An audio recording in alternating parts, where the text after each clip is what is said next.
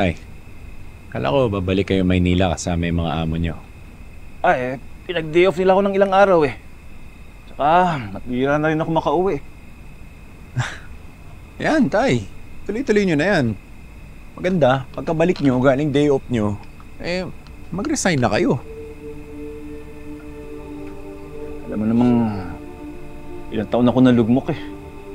May pangalan ako nakakabawi eh. Ayoko namang wala ng trabaho. Makahanap naman uli kayo ng trabaho eh. Pero si Amira, isa lang yung tatay. Isa lang si Mang Crisanto eh. Kinuha pa ng mga tera na yan.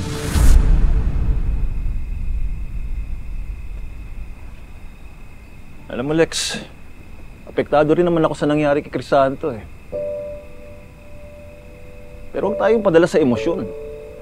Tsaka, katiting lang yung ebidensya mo laban sa mga tera eh.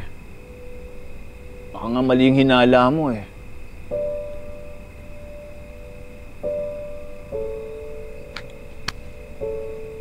Sige tay, parang kahit anong sabihin ko, hindi ko na mababago isip niyo eh.